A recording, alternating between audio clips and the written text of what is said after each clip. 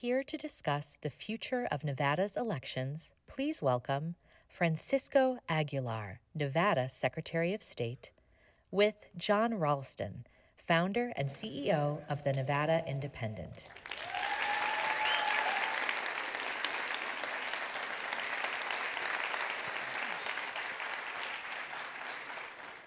Hello, everybody. I'm looking at this clock here, Mr. Secretary. It looks like we only have 2 seconds left. Well, nope, we're done. No, I'm kidding.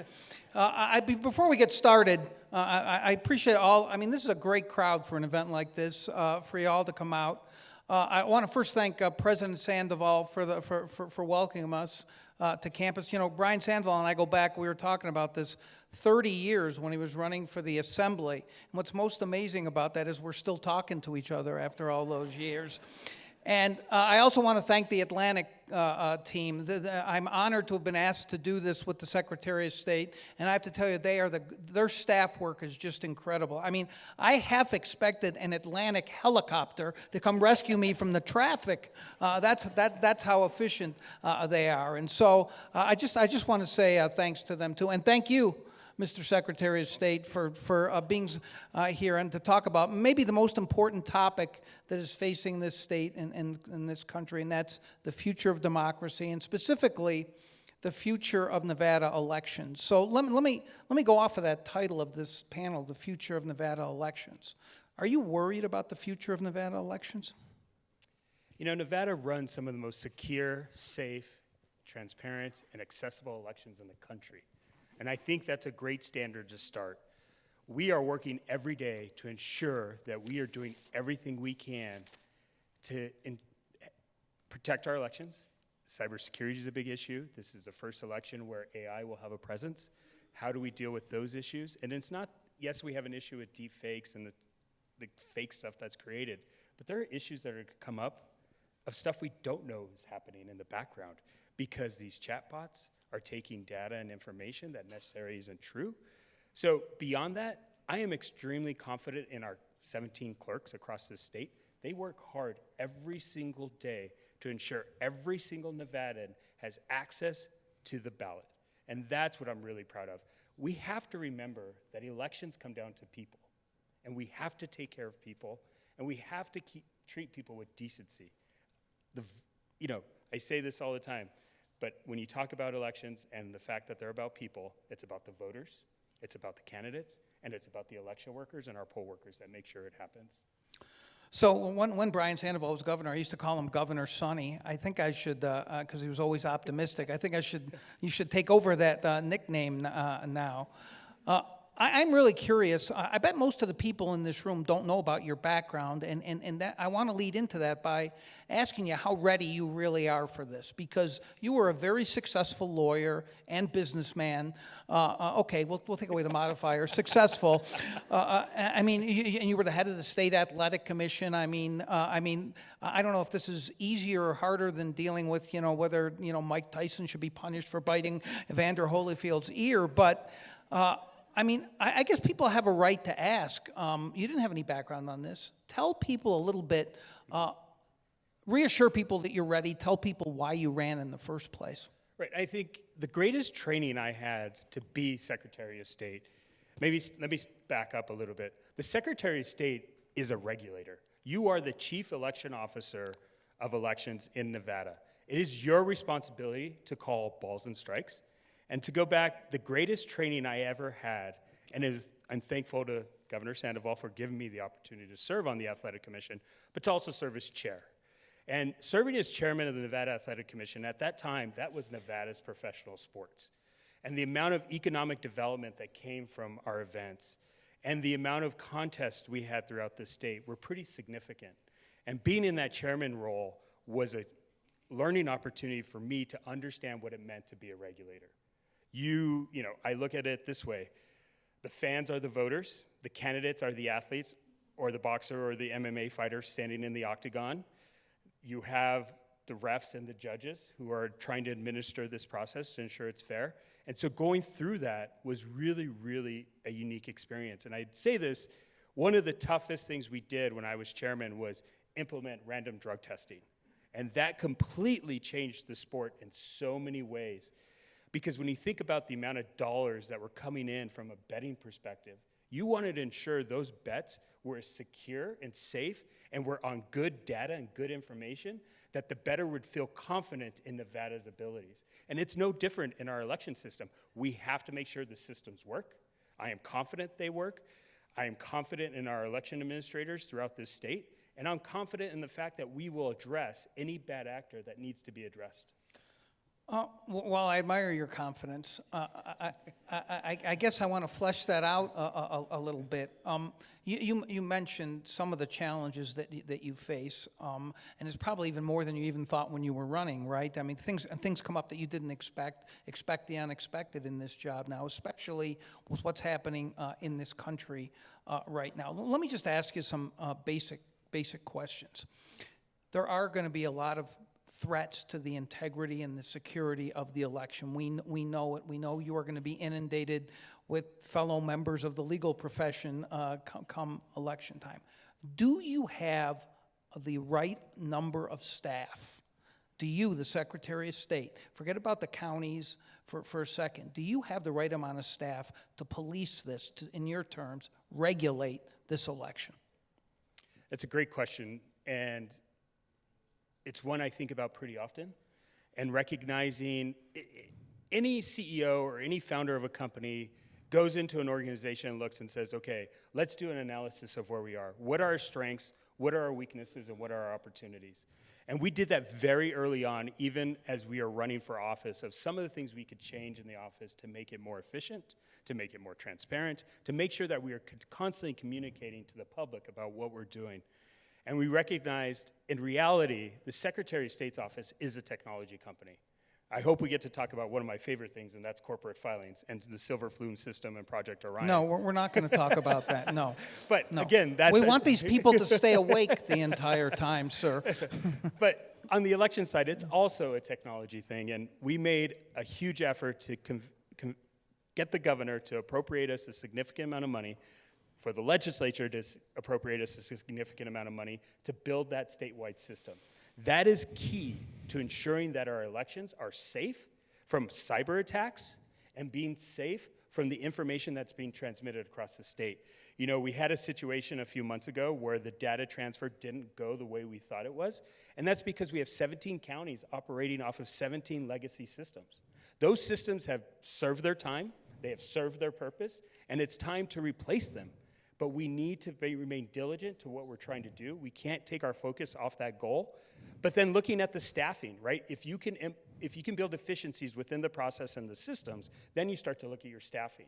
And we looked at that. And one of the areas where we were probably the weakest was responding back to the public. We have what are called election integrity violation reports.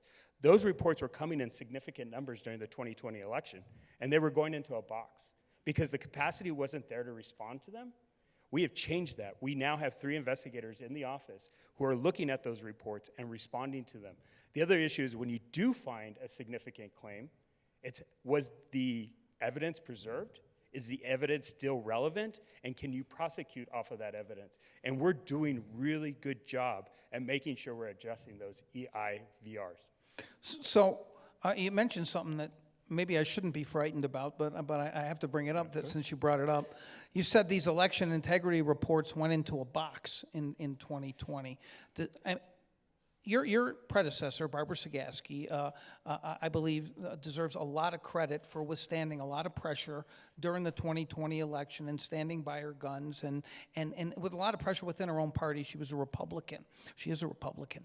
I mean, are you still confident that there's been no widespread systematic fraud in the system 2020, 2022? And if you are confident, because you're going to say you are, I am. Give me the evidence. The evidence is going through the reports that have been filed with us, giving them immediately to the investigators to look at. I don't look at them. They go directly to the investigative team. How many do you have? I'm sorry to interrupt. So we have 1 criminal and 2 civil on the elections team. But we also have 9 on the security side. The Secretary of State is responsible for overseeing securities regulation. And so we're dealing with security fraud, and those investigators can be pulled in when necessary. It still doesn't sound like a lot of people, considering what you're being buffeted with. Yeah, you know, in 2020, there were about 389 reports filed. Half of those were just to overwhelm the office, and so you can get through them pretty quickly to see what's real and what's not real. And then what came through in the 2022 election, we've been able to address. We determined there were 14 cases that were referred to the Attorney General's office. 3 of those cases are being prosecuted to the fullest extent possible. We are now preparing for that. There's constant communication between my office and the Attorney General's office. There's also now going to be an effort to pull those down to the district attorney, because the district attorney has the power and authority to prosecute these cases as well. We just need to do the job of preparing the evidence, gathering the evidence, and delivering it to them.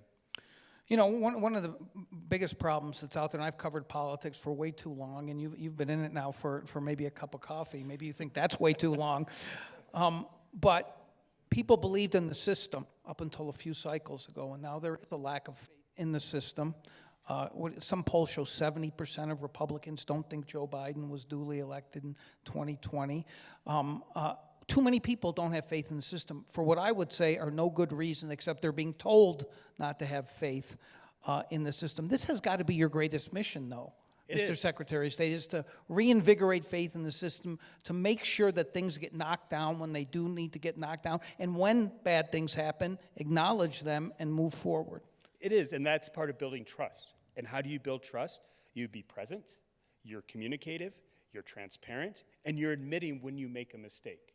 And I admitted it. We failed in the data transfer process, and I took ownership of that responsibility and said, what is it we need to do better in the Secretary of State's office so that we can clearly communicate with the 17 clerks in this county to ensure that the data that's coming to us is the right data with the right codes and at the right time.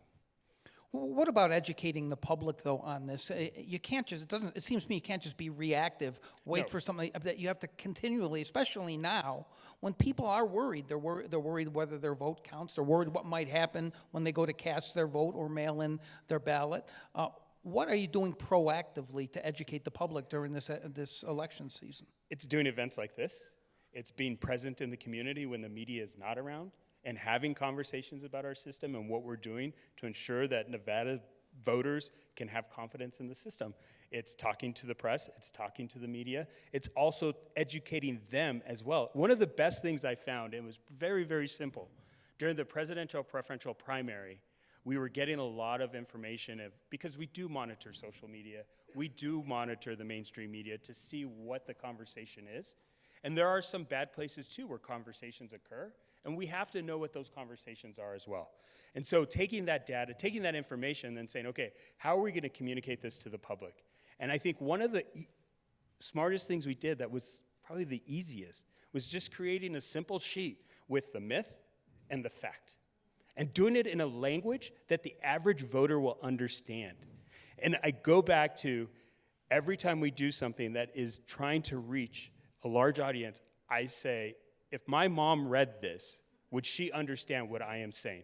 Because I have to tell you, during the election process, I was all fired up and motivated to run for this office. And I called her one day and said, we're fighting for democracy. And she goes, what does that mean? And I thought, man, she is the average Nevadan, average American, at that time Nevadan. They since moved, but that's another story. And it's not because I won, so. But it's how do we communicate to the average individual in their community, understanding their circumstances, to know that we are a trusted messenger when it comes to the communication of our elections. What does it mean, fighting for democracy? What'd you tell your mom? I'm still trying to figure it out. Yeah. I mean, every day is different, right? It's making sure our counties have the right resources, that they have the right training, that they have the right tool set to do the job they need to do, because they are on the ground. They are the executors of the election. I am just the regulator. I just get to watch and make sure that the law is being followed. But they're actually doing the on-the-ground work. And so where we can supplement, we try to supplement. And so every day, democracy is a different project. It's a different task. It's a different goal. But in the end, it's making sure Nevadans have access to the ballot box. And it's not just our urban core. It's our rural communities. It's our tribal communities, that knowing that their voice matters. And the whole reason I ran for this position was because of education. Washoe and Clark is the 5th largest school district in the country. Both school districts are majority minority, And when I was talking to, so I had the opportunity to build a school in Las Vegas that has a really unique workforce development program. In November 2020, I was standing in the hallway talking to the students. They were all freshmen and sophomores, so they couldn't vote yet. And I said, have your parents voted? And they all looked at me like I was crazy. And I said, and we got in, and they said no. And the reason they said no was because they felt their voice didn't matter. And these students, it's 86% Latino, 10% Black. They're kids like me. And I just thought, this is nuts. We're never gonna change our educational situation in this state unless these parents are voting. Here, this school is built for 400 students. That's not even a drop in the bucket compared to the 300,000 students in Clark County, the 60,000 students in Washoe County. If we're gonna make changes, because education is the core to changing our state, to changing our community, and if we don't come up with a strategy and we don't have the resources to fund it, nothing's gonna matter. And it all comes down to elections, because it's electing people who believe in the value of education.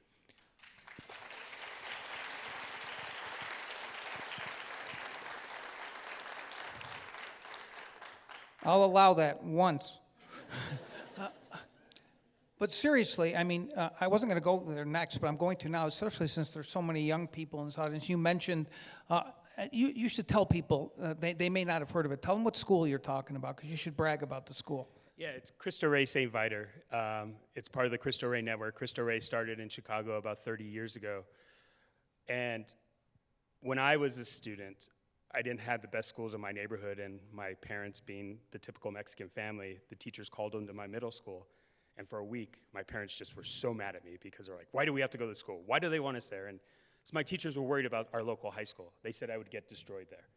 And so I called, the local Catholic school and said, can I go here? And they said, well, this is the tuition. I said, well, my parents don't have any money. They said, thanks for calling, good luck. And so since then, I always felt this, anger towards them for doing that to me, right? And how many kids actually that happens to. So then when I was in law school, Cristo Rey was being built in Tucson. And I started to watch it, got involved, then got on their board, and then moved to Vegas. And when I was here, the first year I was here, I came to work for Jim Rogers, who understands the value of media, who understood the value of our democracy, understood the value of education. I said, hey, there's this great model of a school. He's like, let's do it. I said, great. However, not knowing that at the time, Bishop Gorman was also being built, and so the bishop was like, we can't have two competing initiatives. And I moved on, and about 10 years goes, actually, a week, when I was done being athletic commissioner chair, I took a week, and I was just like, I need to decompress. And I got extremely bored, and I thought, you know what? I need a project. So I picked up the phone, called the Cristo Rey Network, and I said, where's Nevada on your map? And in 20 minutes, I was on the phone with the entire team talking about how we get it started here in Nevada. And it's great. We're the first Cristo Rey school to have a fully built campus on day one. And that was something I really, really fought to do because, again, Nevada, sometimes people don't understand us. They don't recognize the power of Nevadans. And they're like, why would we want a Cristo Rey school in Las Vegas? And when I would walk in the room, they would look at me like, who is this guy? What is he doing here? And it's mostly individuals who have retired from their jobs, have done significantly well, and can afford to support these projects. And I thought, you know what? I'm going to prove to you who Las Vegas is, what Nevada can do, and I can show you the tenacity we have to do things.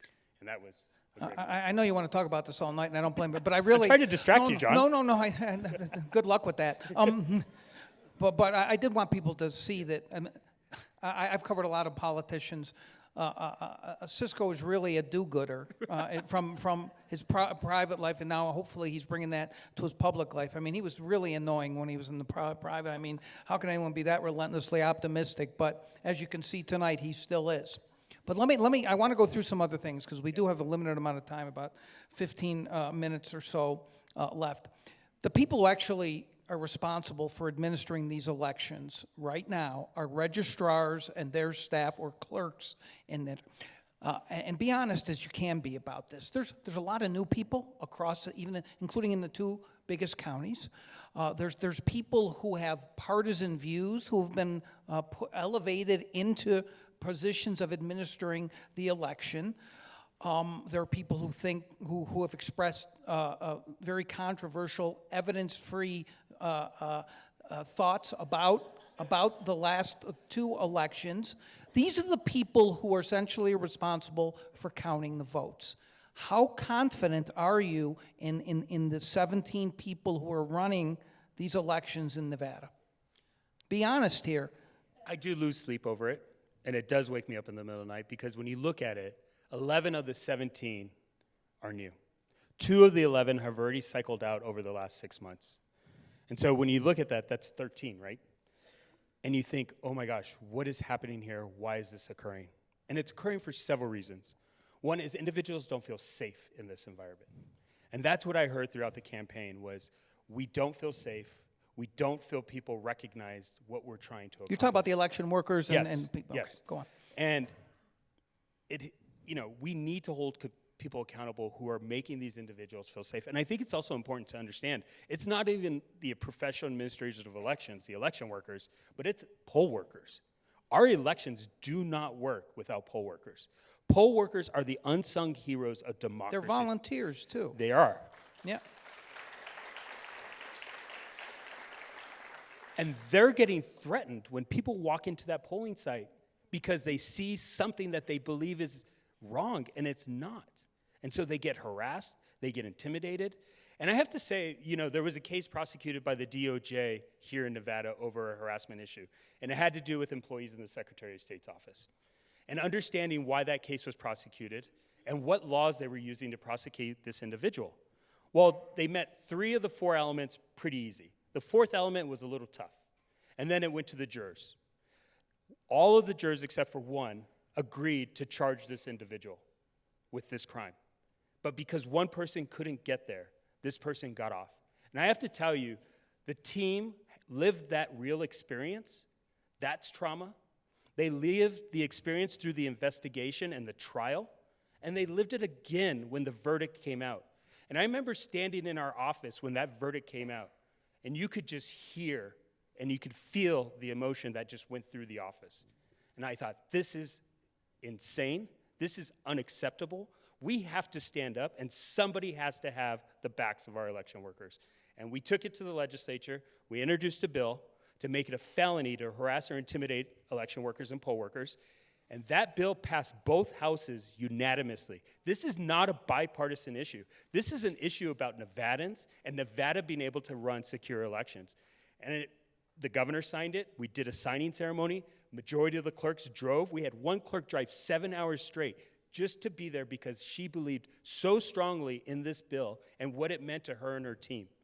And I have to tell you, recently, the governor sat down with all 15 elected clerks. So Washoe and Clark are appointed by the county commissioners, which is a big issue in this upcoming election cycle that people in Washoe County should really understand as the battleground county of a battleground state.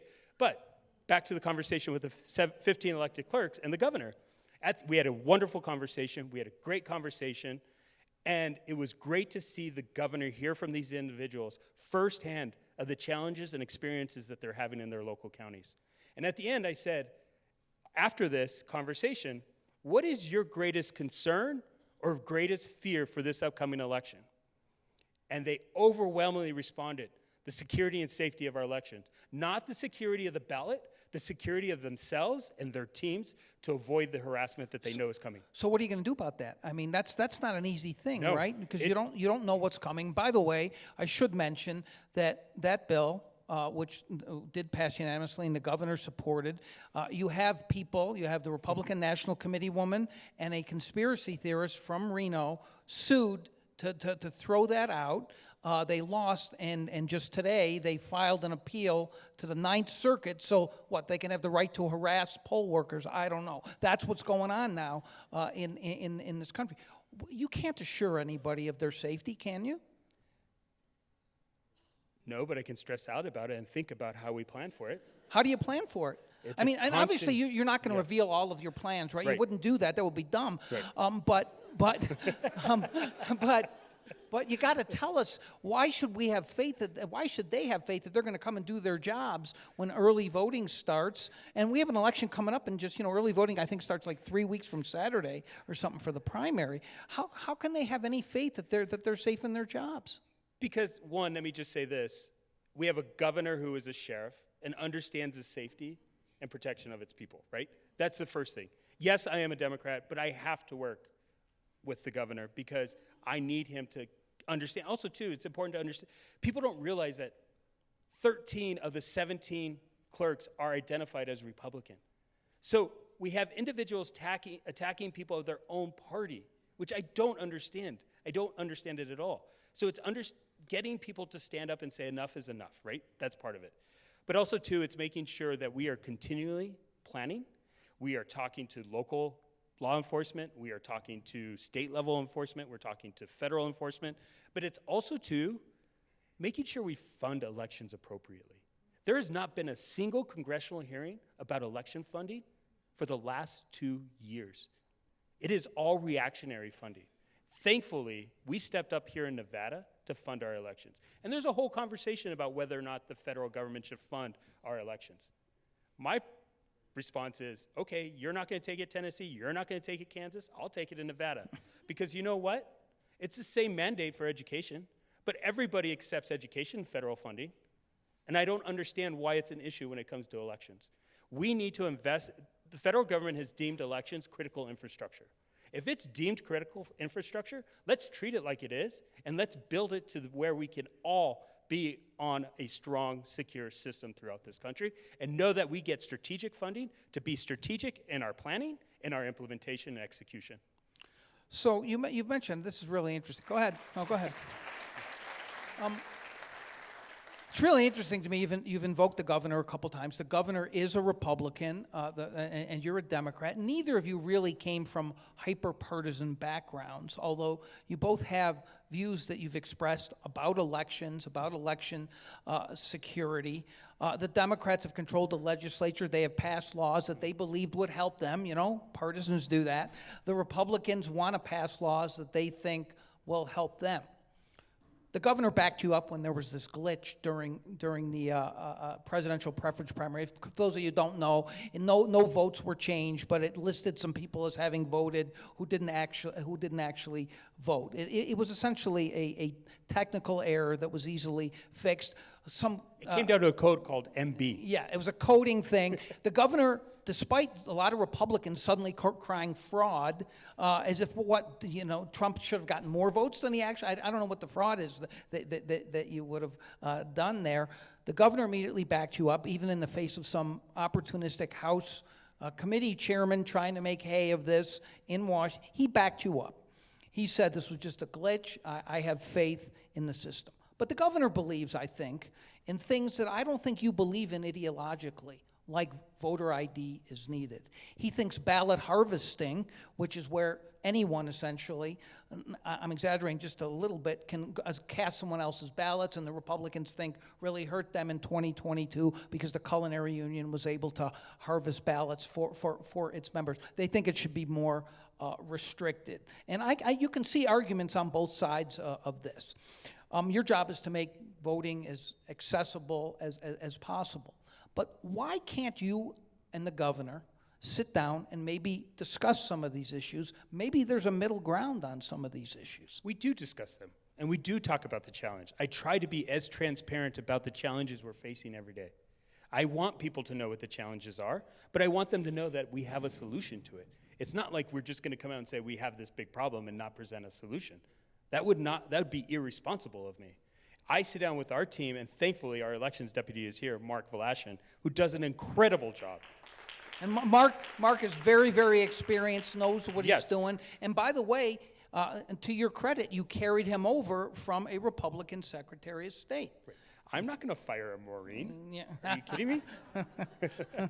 No, Mark's leadership within this area, and you talk to the clerks throughout the state, this man is so valuable to them that he is one of their greatest resources, and they tell me all the time the things that he does for them. And that's important. I'm not worried about Mark. He knows what he's doing. Now, let me finish. Okay. I'm not sure you know what you're doing, so let's talk about that. But I'm being facetious to make the point that you're the face of this, right? You're here tonight talking about it. Not all Republicans are wrong about all the things that they think. I'm not talking about what, but some of them think that some of these things should be changed, that the laws favor the Democrats. What are you going to go to the legislature with next time in terms of what you think should be done on some of these issues? Well, we're going to ask for an appropriation for a complete replacement of silver flume. Yeah, here we go. He wants to talk about silver flume. You don't want to know, trust Silver me. flume is the first. No, you're not talking about It is this. the first we only stop have for 5 any minutes business left. in We Nevada. only have Okay. 5 minutes left. What am I going to go to What the needs to be changed? Well, we have a list. We have a running list of all the issues from an operational standpoint of administering elections that need to be addressed. We introduced a bill last legislative session, SB 60, and that got into a whole situation of its own that did involve us. But that bill was developed with all 17 clerks in our office to increase the efficiency of our operations. So we are going to move forward with that again. If you're talking about policy issues on the broad scale, Nevada's at the forefront of the country when it comes to polling or ballot access. And we have to maintain it. And yes, there are operational improvements we can make, but if you want to talk about voter ID, the Nevada voters are going to talk about that issue. But I think it's important to understand that we have vote ID through the verification process when a voter registers. There are checks and balances in the system that make that system secure. You don't have to present ID when you go vote. I know. I'm saying that's what I'm saying. Yeah. That's what I'm saying. I don't think it's necessary given the checks and balances we already have in the process and the system. The new system will also act in real time, VREMs, to identify a voter or to ensure that is the appropriate voter. On mail ballots, if a ballot comes in that does not match the signature in the system, it gets put into a special category.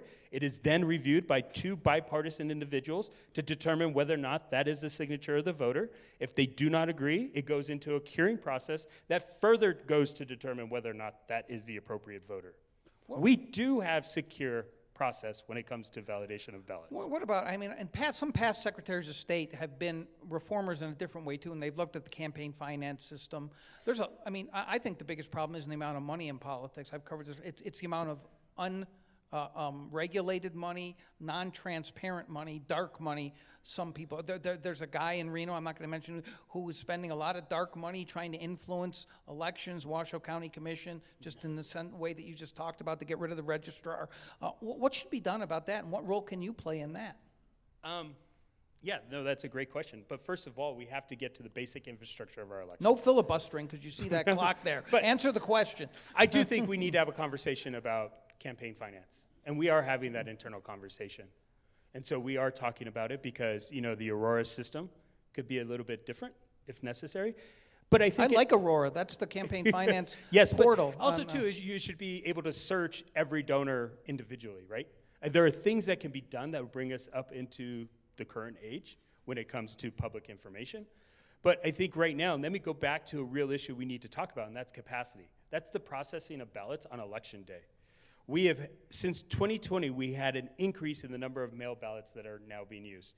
The adoption rate is increasing every election. In the president preferential primary, we saw about a 70% adoption rate across the board. So that's going to increase the capacity and the needs of the counties to process these ballots. And so we really need to be strategic with Washoe and Clark to be able to say, how are you building this capacity? What are your operational models to be able to process the ballots that need to be processed so that we can give Nevadans the results that they deserve? Look, we're never going to be able to call every race on election night. That's going to take some time because, again, we're a swing state, we're a purple state, we're a battleground state. We have extremely competitive elections, and the accuracy of those elections is critical. But there are some we can count, and the capacity question is a big question and a conversation we need to have. It irks me so much. I saw on some show on national cable recently, they're still mocking us for taking so long to count ballots. It's a real issue. The law says, correct me if I'm wrong, I think it's changed. The mail ballots can come in up to 4 days after the election, I think, and so some results could change from a line. And you have to explain this to people, though, or people will make mischief out of that, right? Well, also, too, again, you talk about information and information flow. If we can give results and data to Nevadans in a time-appropriate way, those conversations go away, and there's less opportunity for stories to be made up. So real quickly, I want to ask, I've gotten to one of these questions that some audience members submitted, but the other one has to do with access. This person talked about not being able to get to a voting center, that there isn't enough poll access in areas that are not serviced by public transportation. Are you aware of this? Are you doing anything about it? Public transportation is a big issue, and it's outside my purview, but I can talk about access. Yes, for sure. That's why we have universal mail ballots. So this individual has an access to their ballot. But also, two, we have digital voting, which is available to, originally was for military Nevadans living overseas. It's now for Nevadans who live overseas as a whole. It's for individuals who are homebound because of medical issues. They can use this system. And last legislative session, we passed it to include tribal nations. If you're living in a tribal nation, because sometimes tribal nations have trouble getting mail. And so they deserve a vote just like everybody else. They're a major part of our state, they're a major part of our community, and we need to ensure their voice is being heard. So we are looking at that access issue. When you talk about digital voting, I think, again, Nevada is leading in an innovative way, one, to preserve the security of the ballot, but also to ensure people have access to have their voice. Last real quick question. I know it says 0, and they're going to probably kill me, and the Atlantic people, after I said nice things about them, probably don't like me anymore. Real quickly, because I have to ask you about this. The fake electors in this state, they've been indicted. The legislature passed a bill to increase penalties. The governor vetoed it. Why wouldn't that be part of your package? Don't you think there should be harsher penalties? You know, that's an issue the Attorney General has taken. Here comes the Dodge. But I agree. Look, again, I can't address every bad actor, John. I can focus on those that I know that are hurting the system from a voting perspective. Those issues are actually maybe a criminal issue and belong on the criminal side for prosecution. I don't think the secretary doesn't have the authority to prosecute. And so do I think it's hindering the process and the system? Absolutely. And should they be held accountable? Yes. If it violates the law, you should be held accountable. All right, that's a great question to end on. You're welcome. And I really want to thank the Secretary of State. It is good of him to come and answer questions. Thank you very much. Thank you all. Have a good night. And please vote.